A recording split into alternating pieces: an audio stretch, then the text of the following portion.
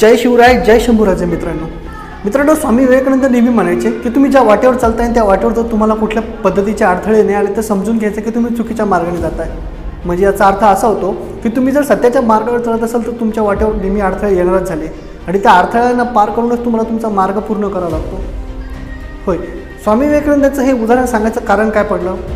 कारण की सध्या मराठा आरक्षणासाठी मराठा योद्धे मनोज जरांगे पाटील ज्या पद्धतीनं मराठा आरक्षणासाठी लढा देत आहे तर त्या पद्धतीने त्यांच्या मार्गामध्ये ज्या पद्धतीचे अडथळे येत आहे तर तो अडथळ्यांचा डोंगर आहे आणि तो डोंगर कशा पद्धतीने विरोधकांनी त्यांच्यासमोर उभा केलेला आहे आणि ते कशा पद्धतीने ते पार करत गेलेले त्याच आपण आजच्या व्हिडिओमध्ये बघणार आहोत.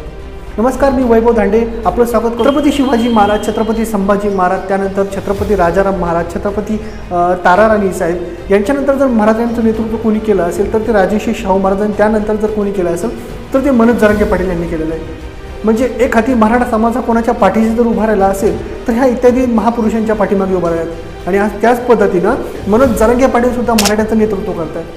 प्रस्थापित मराठे विरुद्ध गरजवंत मराठ्यांचा लढा मनोज जरांगे पाटील यांनी उभा केलेला आहे. मनोज जरांगे पाटील यांनी जेव्हापासून मराठा आरक्षणाची लढाई सुरू केली होती, सुरुवातीच्या काळापासून तर आजच्या डेटपर्यंत म्हणजे मनोज जरांगे पाटीलला जवळपास त्यांच्या दौऱ्याचा चौथा टप्पा हा पूर्ण केलेला आहे. आणि या सर्व काही कालावधीमध्ये मनोज जरांगे पाटील यांना अनेक लोकांनी विरोध केला.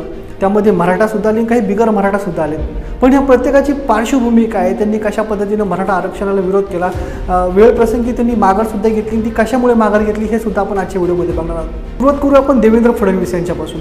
ज्यावेळेस अंतरवाली सराटीमध्ये ज्या पद्धतीनं भ्याड हल्ला झाला होता त्या भ्याड हल्ल्याचा सर्वत्र विरोध चालू होता. पण फक्त एकमेव जे महाराष्ट्राचे गृहमंत्री आणि सुरुवातीपासूनच मराठा द्वेषी म्हणून घेणारे, ज्यांचा मराठा द्वेषी असा उल्लेख नेहमी केला जातो, असे देवेंद्र फडणवीस यांनी पोलिसाची पाठराखण करून अशा पद्धतीचं एक बाईट दिला होता. त्या बाईटमध्ये ते म्हटले होते की मनोज जरांगे पाटील यांच्यावर जो भ्याड हल्ला झाला होता, अगोदर आंदोलनकर्त्यांनी पोलिसांवर लाठीचार्ज किंवा दगडफेक केली, त्याच्या प्रत्युत्तर म्हणून पोलिसांनी लाठीचार्ज केला. आणि आता अधिवेशनामध्ये सुद्धा त्यांनी लेखी उत्तर हे दिलेलं आहे की जेव्हा मी गुन्हे मागे घेईल, पूर्ण तपास केल्याच्यानंतर मी गुन्हे मागे घेईल. म्हणजे देवेंद्र फडणवीस हे मराठा द्वेषी आहेत हे यावरून सिद्ध होतं. त्यानंतर नंबर येतो अजितदादा पवार यांचा. अजितदादा पवारसुद्धा हे एक मराठा उपमुख्यमंत्री, पण ते प्रस्थापित मराठ्यांच्या यादीमध्ये येतात. अजित पवार यांनी ज्या पद्धतीनं म्हाडाच्या एका सभेमध्ये बोलताना सांगितलं होतं की कुणबी लोक मराठा समाजाच्या आंदोलनाला कशासाठी येतात, कुणबी लोकांना तर ऑलरेडी ओबीसी सर्टिफिकेट भेटतंय, मग ते मराठ्यांच्या सभेमध्ये गर्दी का करतात, अशा पद्धतीने कुठेतरी मराठा समाजामध्ये फूट पाडण्याचं काम अजित पवार यांच्याकडून केलं होतं. त्यालासुद्धा मनोज जरांगे पाटील यांनी टॅकल केलं, देवेंद्र फडणवीस यांना सुद्धा टॅकल केलं. मग हळूहळू देवेंद्र फडणवीस आणि अजितदादा पवार यांनी त्यांचे प्यादे बाहेर काढायला सुरू केलं. एका पाठोपाठ एक कुणी ना कोणीतरी येऊन मनोज जरांगे पाटील यांच्या विरोधात बोलत होतं आणि मनोज जरांगे पाटील या कोणालाही न जुमानता फक्त समाजासाठी तत्पर काम करत होते. याच पाठोपाठ त्यानंतर त्यांनी सदावर्ते हा त्यांचा एक सर्वात महत्त्वाचा व्यक्ती त्यांनी मैदानात उतरवला. पण सदावर्तीला गुप्त करण्यासाठी, सदावर्तीला शांत बसवण्यासाठी मनोज साबळे नावाच्या एका सरपंचाने त्याला धडा शिकवला. त्यानंतर स्वतः सदावर्ते त्यानंतर काहीसुद्धा बोलला नाही.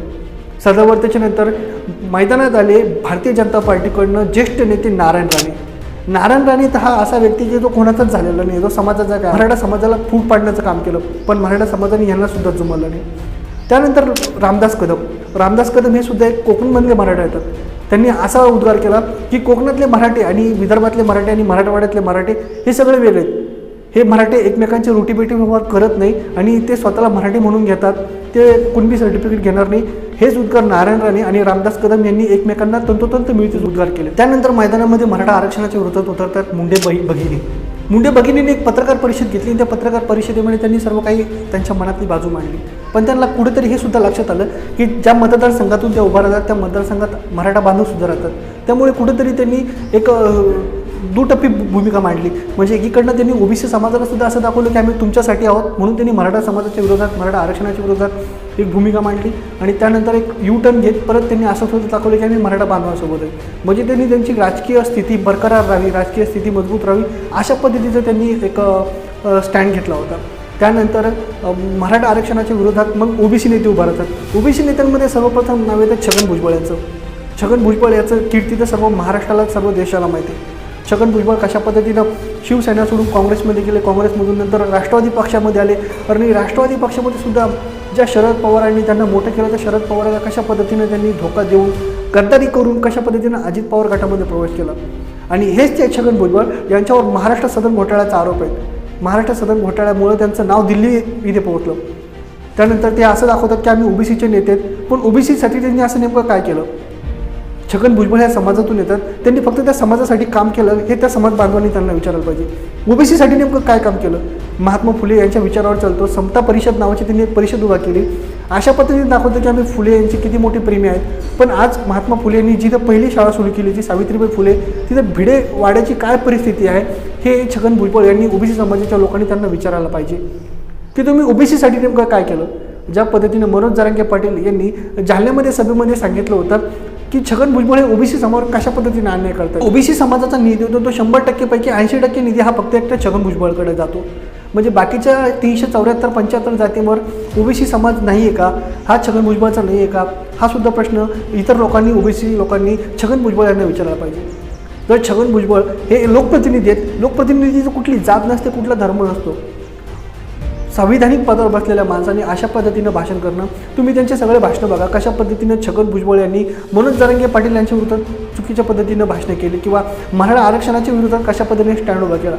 त्यामुळे ह्या व्हिडिओच्या माध्यमातून मी सर्व मराठा समाजाला आवाहन करतो की येत्या 2024च्या विधानसभा इलेक्शनमध्ये तुम्ही छगन भुजबळ याला त्याची जागा दाखवून द्या. हा माझा व्हिडिओ ओबीसी बांधवांना सुद्धा कळकळीचं आव्हान आहे की तुम्ही एक गोष्ट लक्षात घ्या, मराठा समाज ज्या पद्धतीचं आरक्षण मागते त्यामुळे तुम्हाला कुठल्या पद्धतीचा धक्का लागणार नाही. वारंवार मनोज जरांगे पाटील, सर्व मराठा बांधव, मराठा नेते जे लोक आरक्षणाच्या बाजूने आहेत ते सर्व तुम्हाला एकच गोष्ट समजून सांगताय की विदर्भातले मराठी ऑलरेडी आरक्षणामध्ये आहेत, खानदेशमधला मराठा ऑलरेडी आरक्षणामध्ये आहेत, कोकणामधला बहुतांश मराठा ऑलरेडी आरक्षणामध्ये आहेत, फक्त उर्वरित मराठवाडा आणि पश्चिम महाराष्ट्रातला काहीतरी भाग हा आरक्षण द्यायचा बाकी. त्यामुळे तुम्हाला जी भीती दाखवली जाते की 5 कोटी मराठा ओबीसी समाजामध्ये ना, ही चुकीची माहिती तुमच्यापर्यंत पोहोचली जाते. यामध्ये जर एंट्री होते परत सुषमा अंधारेबद्दल काय बोलावं आता. सुषमा अंधारे एक महिला आहेत, महिला म्हणून आम्ही त्यांचा आदर करतो, पण त्या ज्या पद्धतीनं भाषणं करतात, हल्ली एक व्हिडिओ व्हायरल झाला होता, त्या व्हिडिओमध्ये त्यांच्या वयाच्या कितीतरी पटीनं मोठ्या असणाऱ्या म्हणजे त्यांच्या वडीलधाऱ्या माणसाचा ते अपमान करतात, काहीतरी माईक तोंडात घालतो वगैरे. म्हणजे अशा पद्धतीचे लोक जर नेते बनत असतील, अशा पद्धतीचे लोक लोकप्रतिनिधी बनत असतील तर मनोज जरांगे पाटील यांना स्वीकारताना मराठा समाजाला कसली लाज. त्यामुळे मनोज जरांगे पाटलाच्या पाठीमागे सर्व मराठा समाजाने अतिशय खंबीरपणे उभं राहणं गरजेचं आहे आणि त्या पद्धतीने मनोज जरांगे पाटील यांना ताकदसुद्धा मराठा समाज देतो आहे. त्यानंतर ओबीसी नेत्यांमध्ये राष्ट्रीय ओबीसी संघाचे थायवडे झाले. त्यानंतर असे अनेक लोक यांनी मनोज जरांगे पाटील यांना विरोध केला, पण मनोज जरांगे पाटील कोणालाही न जुमानता ते त्यांच्या मार्गावर ठामपणे चालत राहील. मित्रांनो, एक गोष्ट मात्र लक्षात घ्या, ते म्हणतात ना, सत्ता परेशान हो सकता है लेकिन पराजित नाही. त्याच पद्धतीची म्हण ही मनोज जरांगे पाटील यांना तंतोतंत लागू होते. कारण की हा माणूस अतिशय फाटक्या परिस्थितीमध्ये समाजासाठी लढतोय, कुठलाही बँक बॅलन्स नाही, कुठलीही प्रॉपर्टी नाही आणि त्यांच्या विरुद्ध जे लोक उभा राहत आहेत अतिशय बलाढ्य लोक त्यांच्या विरोधात उभा राहत आहेत. त्यांचे साखर कारखाने आहेत, त्यांच्या मोठमोठ्या संस्था आहेत, करोडो प्रॉपर्टीचे लोक मनोज जरांगे पाटील यांच्यासाठी दंड ठोकून आहेत, पण हा माणूस कोणाला ऐकत नाही. म्हणजे त्यामुळे तुम्ही लक्षात घ्या की हा किती प्रामाणिक माणूस आहे. मनोज जरांगे पाटील यांच्या विरोधात जे लोक उभे आहेत, मराठा समाज त्या प्रत्येकाचा चेहरा, प्रत्येकाचं नाव, प्रत्येकाचं कर्तृत्व लक्षात ठेवतोय. त्यामुळे येणाऱ्या 2024च्या निवडणुकामध्ये प्रत्येक मराठा समाजाला माझं आव्हान आहे, प्रत्येक मराठा बांधवाला माझं आव्हान आहे की हा प्रत्येक माणसाचा चेहरा लक्षात ठेवा. मनोज जरांगे पाटील यांना ज्या लोकांनी विरोध केला त्या प्रत्येकाचं नाव लक्षात ठेवायला हवं. देवेंद्र फडणवीस, अजितदादा पवार, सावंत, राणे बंधू, राणे पूर्ण फॅमिली, त्यानंतर रामदास कदम, छगन भुजबळ, विदर्भातले काही प्रसाद लाड, ह्या सर्व लोकांची नावं सर्वांनी लक्षात ठेवायला पाहिजे. सुषमा अंधारे, राजू पेंटर यांच्याबद्दल सांगायचं तर वेगळंच. हा माणूस स्वतःला काय समजतो काय माहीत. त्यांनी सुद्धा मराठा आरक्षणाबद्दल एक उल्लेख केला होता, पण मनोज जरांगे पाटील अशा लोकांकडे दुर्लक्ष करतात. त्यामुळे आपण सुद्धा या लोकांना जास्त महत्त्व न देता आपण आपल्या फक्त 24 डिसेंबर या गोष्टीकडे लक्ष द्यायला पाहिजे. ज्या पद्धतीनं मनोज जरांगे पाटील 24 डिसेंबरची डेडलाईन देत आहेत, त्याच पद्धतीनं सर्व सकल मराठा समाज बांधवांनी मनोज जरांगे पाटील यांच्या नेतृत्वामध्ये मनोज जरांगे पाटील जी दिशा दाखवतात त्या दिशेने चालायला पाहिजे. त्यामुळे मराठा समाजाला व इतर ओबीसी समाजाला सुद्धा आमचं आव्हान आहे की तुम्ही आम्हाला सहकार्य करा. छगन भुजबळ यांच्या नादाला न लागता नेमकी परिस्थिती काय तुम्ही समजून घ्या. व्हिडिओ आवडल्यास लाईक करा, शेअर करायला मात्र विसरू नका आणि व्हिडिओ आवडल्यास सबस्क्राईब मात्र नक्की करा. जय शिवराय, जय शंभूराजे.